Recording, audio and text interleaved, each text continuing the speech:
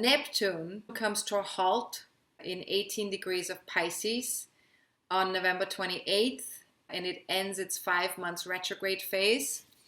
And so because Neptune is coming to a halt, it's stopping and changing direction, that makes it very, very potent, extra potent. Now, Neptune increases our access to spiritual insights and creativity at this time. We may want to practice going beyond our favorite stories or perceptions, to look for the spaciousness that we gain when we don't give meaning to anything, and acknowledge the meaning we have already given to everything around us. Our conditioning, of course, our cultural conditioning is that, like that we give meaning to everything. It's just what we do as human beings. And Neptune is just inviting us, to have some spaciousness around that, to go beyond the stories, the perceptions, the meaning of things, right? To kind of give ourselves permission to look for spaciousness. And to also acknowledge, to acknowledge all the meaning that we give to things. To just say, I gave that meaning. To actually own that. To not just say, this is how it is, but I gave this meaning. I gave this meaning. Whatever it may be. So what you can ask yourself here with this is, what do I feel and perceive when I go beyond all stories, all assumptions, and all meaning? What do I feel and perceive when I go beyond those things? And just remember, when it's like imagining a story that you have about life, some belief system, something that you've been telling yourself over and over and over again.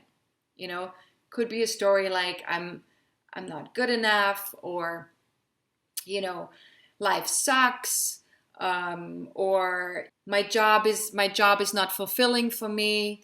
Whatever stories we tell ourselves, or I'm always, actually sentences that start with always, right? I'm always this way, or this is always this way, anything like that, or it's never this way. Whenever you have a sentence that has always or never in it, you can be sure that that's a story that you've been telling yourself over and over.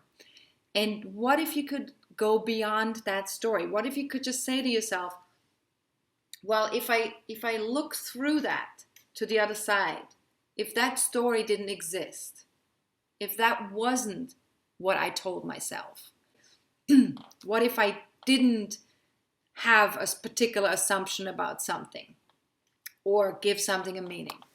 What does that feel like? What do I perceive? What can I experience when I do that? So just for a moment, could I release my attachments to the meanings I have given to everything? Just for a moment, and just as best as I can, no better. How does that feel? And what do I perceive when I do that? And might observing or simply being present with my thoughts and feelings on a daily basis, without judgment or needing to act, show me how much of my reality is shaped by my beliefs and biases. Now, something that we've talked about already a little bit is the Neptune Square to the moon nodes. And that is really encouraging us to use our sixth sense and to double check everything we hear and see against our inner intuitive knowingness. Because our intuition has access to the divine intelligence, which is able to perceive paradoxes and the underlying interconnectedness of everything, rather than parts and polarities. So ask yourself, what doesn't change no matter when or how often I look? Could I look beyond the mind and tap into the larger field of energy all around me? What nourishes my soul? Could I make time for silence, surrender, and self-reflection? Even if it seems impossible, just a few minutes every day, could I make time for silence, surrender, and self-reflection? This is going to be very important with that square. Now, the empty leg of Neptune Square to the moon nodes lies in Virgo. So that symbolizes that discernment is really key right now. That we make good choices for ourselves. Choices that work for us. Now, Virgo advises us to let go of judgments and concentrate on what is helpful. What is helpful right now for us? Physically, emotionally, mentally, spiritually. Now, Virgo also teaches us that small things matter. So this could be simple ways to make a difference for ourselves and others, health-wise and in our work routine.